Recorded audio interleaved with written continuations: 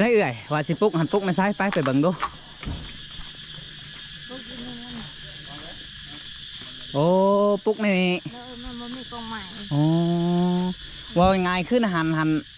กรงใหม่ลายกงใหม่ลายเลยน้ำมันก็หงเลยอีกอย่างห้าบริคุณดินเนาะขันคุณดินก็น่าจะดีเนาะเลยนี่ก็มีแต่คุดอันนั้นโค่นมันให้มันเพียงกันแล้วก็ห้าก็ปุกได้โอ้โ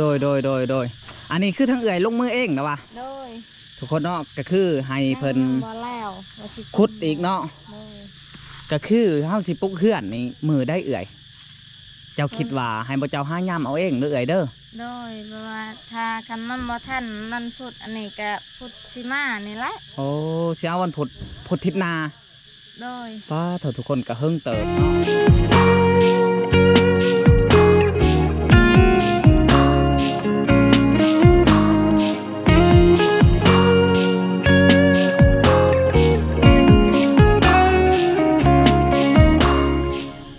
สวัสดีบอยFC ฟังไพ่และฟังเล่าเนาะทุกคนตอนนี้เขาเจ้าก็มาส่งคล้องแล้วก็ว่าแมนเนาะทุกคนเนาะวัสดุที่เห็ดนะเนาะก็คือผลแหละทุกคนเขาก็ห้ามาเนาะก็คือทั้งไม้เสลาทุกคนแต่ว่าเขาเจ้าห้าอันทางข่าวว่าไหนนะทุกคนเนาะเขาก็ต้องไปเบิ่งว่ามันแมนหรือเปล่าน่าจะแมนนะทุกคน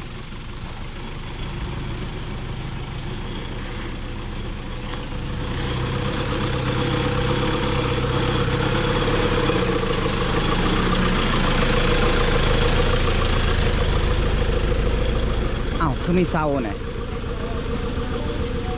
โอ้เขาจะไปส่งให้พระเสาเนี่ย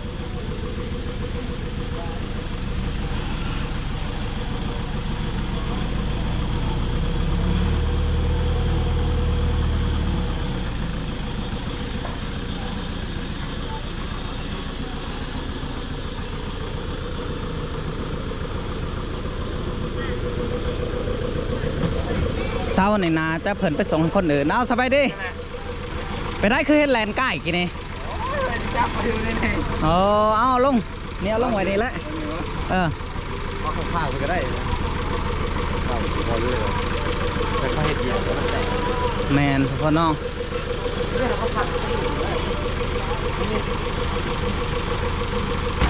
นี่เรียกขาดไปอยู่เขาเจ้าจะตั้งมงนี้กว่าแมนเนาะทุกคนเนาะคือเฮือนทั้งปลาเฟิร์นและปลาใบเนาะทุกคนเขาเจ้าจะอยู่นี่เนาะเพราะว่าอยู่นะหันบ่ไรทุกคน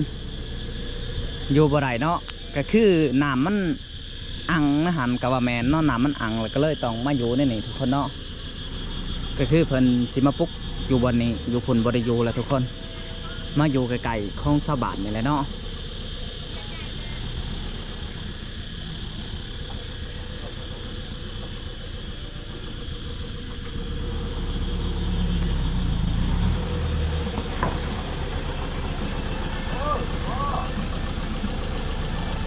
คือลงขัดแค่ทางนั้นโอ้อัตโนมัติว่ะไปส่งทางได้เซาเนี่ยบ้านน้องบัวอันนี้ก็อยากไปลัดอยู่กี่นี่เพราะว่าเห็นเซาก็เลยว่าโอ้โบแมนหรอกว่ะ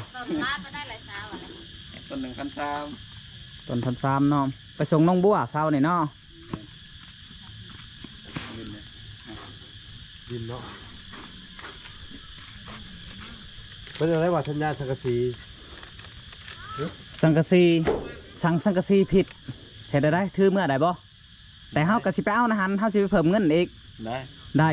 ก็คือได้บ่ละจำนวนเงินกันเนาะเดี๋ยวจะอ่านจำนวนเงินให้ฟังอีกรายละเอียดเนาะยังไม่เชอร่านี่50แผ่นเป็นจำนวนเงินเป็นจำนวนเงินนี่5,800,000เท่านั้นไม่เชอร่าเนาะสังกะสี9 ฟุตจำนวนเงินแล้วก็1,350,000โอ้โดยตะปู90ตะปู8 90ตะปู6 90ตะปูอันต่อสังกะสีนี่มีแต่อย่างละ3 โลอย่างละ90เบิดพี่น้องแล้วก็มีอย่าง ตะปูสังกะสีนี่ก็แสนซาวสักคู่100,000แล้วก็น็อต9นี่600,000เลยรวมจำนวนเงินนี่ เก็บไว้เด้อตะปู 7 ล้านกว่า7 ล้าน จะล้านเท่าได้บ่ละ 610,000 โอ้แต่ว่าสังกะสีนี่เฮาจะได้ส่งขึ้นเนาะบ่ละ โดย ต้องได้ไปเอาต้นใหม่เพราะว่ามันสั่นโผดทุกคนสั่งพิษ เราก็ยังจำนวนเงินอยู่500เลย500มันก็สิเหลืออยู่ประมาณอันมันถึง7 ล้านกว่ามันสิเหลืออยู่2 ล้าน3 ล้านนี่ล่ะหมู่3 ล้านเนาะเฮ้ยบ่2 ล้านกว่าเนาะ ซ้ำล้านกว่า 760,000ได้7 ล้าน6 โอ้ก็เหลืออยู่2ล้านกว่า 2 ล้าน4 โดย 2 ล้าน4กว่า แต่ว่าสังกะสีนี่เอาเมื่อคืนเด้อ ได้ คือทางเฮาสิให้เขาเจ้าเอารถไถไปเอาหรือว่าสิมาส่งบ่น่าจะเพิ่นบ่มาแล้วเนาะทุกคนมีแต่สังกะสีซื่อๆเพิ่นบ่อยากมาได้ ก็ให้อันทั้ง ทั้งเอื้อยเพิ่นไปเอา เพื่อนเราเองก็ได้เนาะอันนี้30 แผ่นนั่นบ่ แม่น เขาก็มี30 แผ่นไม่เชื่อละบูวิต้องฮักแล้วใหม่เนาะเขาสิไหวจังได้บ่ให้มันฮักเลย ยาวขึ้นเลยมีไม้จะ เขาขึ้นเหยียบบ่ฮักบ่บ่ฮักเนาะ เที่ยง แป้งให้เพียงๆหน่อยดู นี่หาบนลงต่างหากได้บ่เนี่ยเพิ่นอยากได้ไหมตัวนี้ไปย่อเฮือนเดี๋ยว เป็นอย่างนี้ ห้าบ่ลงต่างหากได้บ่เพิ่นสิเอาใหม่ตัวนี้ไปอันนั้นเด้ ไปเครื่องเฮือน ไปเครื่องเฮือดเด้จมไปทางไหนพี่ไปทางหัวที่กระไดแล้ววะ ฮัลโหล โอ้ทุกคนตรงไว้นี่เนาะ ก็จะเข้ามาอยู่นะเข้ามาอยู่บ่นี่บ่บ่เข้ามาเหรอวะฮัลโหลเข้ามาอันอะไร สิถอยใหม่บ่ เอาเงินมานำได้ให้ส่งไปเอาเงินเอาไว้ไปซื้อดินมื้อนี่ฮะซื้อแล้วกันให้ขาวิววันละเด้อ ต้องไล่ถอยใหม่ทุกคนเนาะไปได้เอื่อยว่าสิปลุกหันปลุกในซ้ายไปเบิ่งดูโอ้ปลุกในนี้ มันบ่มีกองใหม่ อ๋อว่าง่ายขึ้นหัน กองใหม่ลาย กงใหม่ไล่เลยน้ำมันก็หง เลย อีกอย่างห้าบริคุณดินเนาะ เลย ขันคุณดินก็น่าจะดีเนาะ เลยนี่ก็มีแต่คุดอันนั้นโพ่นมันให้มันเพียงกันแล้วก็เฮาก็ปลูกได้ โอ้โดยอันนี้คือทั้งเอื่อยลงมือเองนะวะ เลย ทุกคนเนาะก็คือให้เพิ่น บ่แล้วว่าสิ ขุดอีกเนาะ เลย ก็คือเฮาสิปลุกเฮือนนี่มือได้เอื่อย เจ้าคิดว่าให้บ่เจ้าห้าย่ำเอาเองหรือเอื่อยเด้อ เลยเพราะว่าถ้ากันมันบ่ทันมันพุดอันนี้ก็พุดสิมานี่แหละ โอ้เช้าวันพุธทิศนา เลย ป้าเถอะทุกคนก็เฮิงเติบเนาะแต่บ่ ยัน เป็นหยั ยั ง นมัน เอื่อย บ่ทันนี่ละนี่ขุด โดยย้ำบ่ทันขุดนี่เนาะ เลย อ๋อก็เลยเพิ่นว่าวันพุธทิศนาพวกอะไรทุกคนได้จังสีได้อันปลุกเนาะ เลย ไปได้ดีใจบ่เอ่ย ดีใจ โอ้คือทางไม้เสลาเนี่ยก็เพิ่นเอามาส่งเลยแต่ว่าสังกะสีหาเฮาได้ส่งเพิ่นคืน เลย เพราะว่าอิหยังทุกคนเฮาสั่งสังกะสีมันสั่นโพด เลย ก็คือ6คูณหามันก็จะยาวกว่านี้เนาะทุกคนเนาะ เลย ก็เลยอันส่งเขาเจ้าคืนอันนี้คือบอลสถานที่บอลสิปลุกเฮือนเนาะทุกคนเนาะก็ว่าแม่น พูดกันยังบ่แล้วว่าสิให้ท่านมื้ออื่นนี่ละมันบ่ทัน บ่ทันบืน เลย ก็คือทั้งเอื่อยเพิ่นว่าอยากปลุกบืนทุกคนแต่ว่ามันบ่ทันเนาะ เลย บ่ทันพอเฮ็ดได้มันหลายสิ่งหลายอย่างเนาะ เลย คือใหม่ก็เขาเจ้าบ่ทันใหม่ได้มาส่งก็6โต๊ะเนาะเอื่อยเนาะ เลย แล้วก็เขาเจ้าก็เครื่องนำบ่ทันทุกคน พูดน้ำนี่ก็บ่ทันแล้วก็ถ้าพูดหน้า แมนก็คือขุดลงอีกเลิกๆอีกอันนี้ฮะขุดกวาดมาพี่ ก็พูดให้มันนั่นคือทมมาพี่แล้วนี่ โดย เพราะมันโน่นนะฮะแล้วก็จะพูดเขียลงมา แมน นี่ก็หันพูดท้องมือดินมันแข็งดินโพน โอ้ดินมันแข็ง เลย แมนทุกคนก็คือย่ำแหลงพ้นกับบริตกจะเถื่อเนาะเอ่ยเนาะ เลยแมน พ เพราะว่าอันแตะเก่ามันน่าจะตกได้ทุกคนเดือน4เดือน5แหละอันนี้ยังบ่ได้เห็นผล ยัง เนาะ บ่เห็นผล ยังบ่เห็นผล มาคุดเมื่อเช้านี่ก็ได้หลายเติบแล้วก็ว่าสิคุดอีกตอนแรกนี่ค่ะมันไปฮอดฝุ่นจังมันสิฮอดหรือบ่มันแข็ง อืม ดินมันอันนั้นมันแกน ดินมันแก่นเนาะ โดยดินก็ดินโพ่น ก็ต้องได้บุกไปหั่นแหละเอ้ย โดย สิเฮ็ดได้ทุกคนเพราะว่าคนก็บ่หลายเนาะ โดย ก็ให้เพิ่นบุกไปเรื่อยๆเพราะว่าอยากให้มันทันพุธหน้าเพิ่นว่า เขาเจ้าว่าวันพุธวันงามเนาะ โดย ก็เลยว่าสิเอาวันพุธเนาะเอ้ยเนาะ โดย อ๋อโดยทุกคนเนาะ เพราะว่าสิเอามาวันพุธวันดีอะวันดีวันงาม วันดีวันงามเนาะ โดย ก็คือทางนั้นก็เอาไม้เสลาลงแล้วก็สังกะสีเฮาก็ส่งเข้าคืนแต่ว่าวันพุธนี่เฮาก็สิให้ได้ทันย่อนะว่าง่ายๆเนาะ โดยทันย่อยประกอบเมียน ประกอบเมียนเฮาก็อยากให้มันแล้วไวๆทุกคน เพราะว่าบาง FC ก็เขาเจ้าว่าไปเขตนั่นและไปเขตนี่ว่ะมันบ่แม่นทุกคนเนาะก็คือเฮาก็ซับซ้อนแลนพุ่นแลนผีเนาะ โดย ก็คือกลับจากเอื่อยนี่ก็เฮาก็สิไปกับทีมงานเนาะคือเบาลาแล้วก็เบาพอดเนาะก็สิไปซื้อดินให้น้องอาเบยอยู่จุดซุ่มอีกหั้นนะ โดย บางคนก็ว่าไปเขตนั่นเขตนี่บ่แล้วจักเทื่อว่ะก็คือมีแต่เฮาแนะนำเอื่อยหั่นแหละทุกคนให้ขุดไวๆให้มันสำเร็จไวๆก็ว่าแม่นหั้นนะอยากให้มันสำเร็จทุกคน โดยบ่ได้ไปใช้ไรยังสิคุณให้มันแล้วตัวนี้จริง อ๋อมื้อนี้บ่ได้ไปใช้ดอกว่ามื้อนี้ บ่ได้ไป โอ้เพิ่นให้เพิ่นขุดเนาะทุกคนก็คือข้าวน้ำทำป้าเฮาก็มาให้เพิ่นแล้วเขาก็พอได้อยู่ได้กิน มันแดดแล้วก็บ่ได้คุดมันเมื่อย มันเมื่อยแม่นทุกคนตะเว้นมันก็แดดเนาะก็ให้เพิ่นพักผ่อน คุด ก็ว่า ได้ แม่ ตอน นเช้ากับสิบ่ายๆ2 โมง 3 โมงแล้วจังสิคุดได้ โดยตอนเช้านี่คือตื่นแต่ดึกๆขุดได้เนาะ โดย หา7-8 โมงเนาะ โดย9 โมง 9 โมง โดย อืมมีรถเข็นบ่ บ่มี ถ้ามีรถเข็นขุดใส่รถเข็นโหมาถอกนี่มัน บ่มี จะไวกว่าทุกคนเลย โดย ก็คือเฮากะโอ้จะได้ก็ขอบใจทั้งเอื้อยหน่อยเพิ่น USA ทุกคนเนาะก็คือทั้งเพิ่นเนาะที่เฮ็ดเฮือนให้ปลาใบแล้วก็เอื้อยเพิ่นทุกคนเนาะก็คือทั้งเอื้อยเพิ่นกะ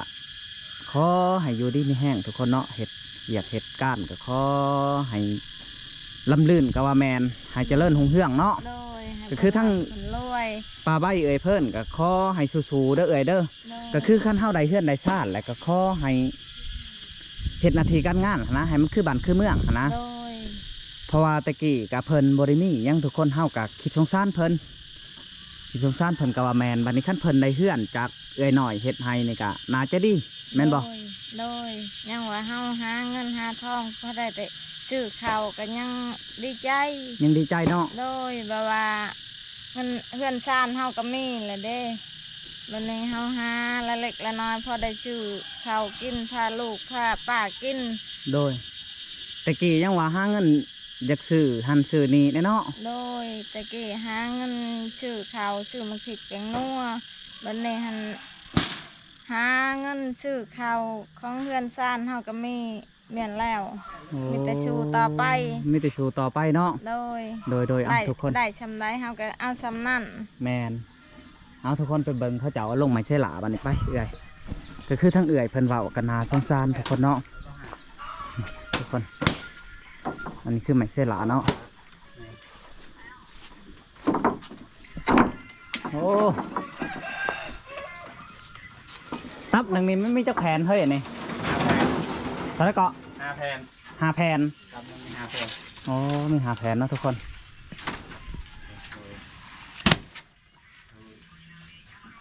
4 เม็ดเนาะ มันเราไปเอาเลยอยู่ห่างสังกะสี โอ้พักจักอันน่ะนี่ฮะมันคือแตกว่ะ พักหาเลย บ่ฮอดซับ2 แผน เอา2 หัก2 แผนทุกคนอืม เราไปเอาสังกะสีก็ไปเอาเลยก็ได้ บอกเราเด้อก ระดึงออกอีกตัวนี้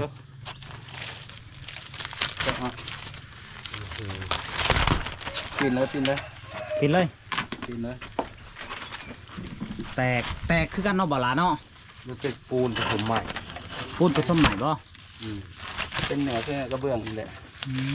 โดย ก็เอาเยื่อใหม่เนาะ ก็ ก็คือใหม่ที่ขบดไปหันแมนบ่ เยื่อไม้ที่ผสมปูน โดย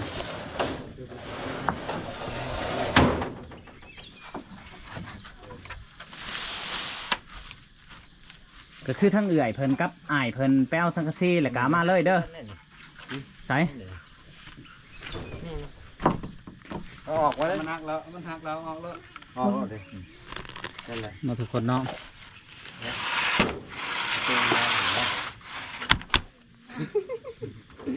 ดึงออกแล้วมันหัก มันเป็นได้มันเท่าป้งบ่แนนว่ามันจะหัก ตะกอให้ก็ต้องเอาขึ้น เวลาเราจะซิกนั่นเนาะ อ๋อ เจ็ดตกต้องเอาขึ้นแล้วก็ไม่ได้เกิน อันนี้ต้องใช้สกรูยิงกันเนาะมันเจาะขาเอา สังกะสีบอกเอ้ยกี่เด้อมีแต่บ่เฮาสิไปกะหานแล้วไหม เอาไป เนาะบ่ล่ะก็คือว่ามันสั่นเนาะบ่ล่ะเนาะ โดย มันสั่นทุกคนเนาะ เอาพี่น้องหลังจากนี้ก็มียังไลฟ์ที่เขามาส่งจะได้ไปสอบถามกับเพื่อนใหม่อีกครั้งหนึ่งเดี๋ยวเพื่อนอันคอยที่ถามเจ้ามักผมมือใดเพื่อน ไปได้นี่ไปส่งทางไหนอีกสั่ง ไปน้องบัวคนละ น้องบัวอืมโทรหาเอ้ยกี่แล้วว่าจะเปลี่ยนสังกะสีคิดในใจแล้วว่ามาฮอดข้างทางเลยก็เลยบ่เว้าซะสำถือไปถือมาเนาะยาบ่เป็นหยังเอาทุกคนตอนนี้สร้างเพิ่นก็สิได้กลับเลยเนาะสิได้กลับแล้วก็ว่าแมนก็คือทั้งเอื่อยเพิ่นหรือว่าเพิ่นก็จะปลุกหันกับปลาใบเนาะก็คือปลุกในนี่บ่ได้ทุกคนน้ำมันอังเนาะก็เลยว่าปะเฮือนหลังนี่ก็ไปอยู่หลังนั้นเนาะทุกคนเนาะเอาทุกคนคลิปนี้ก็บ่มีหยังหลายเนาะบาวสัญญาก็สิได้จบคลิปเพียงเท่านี้เนาะฝากไปติดตามคลิปหน้าทุกคนคลิปนี้ขอกล่าวคำว่าสบายดีทุกคน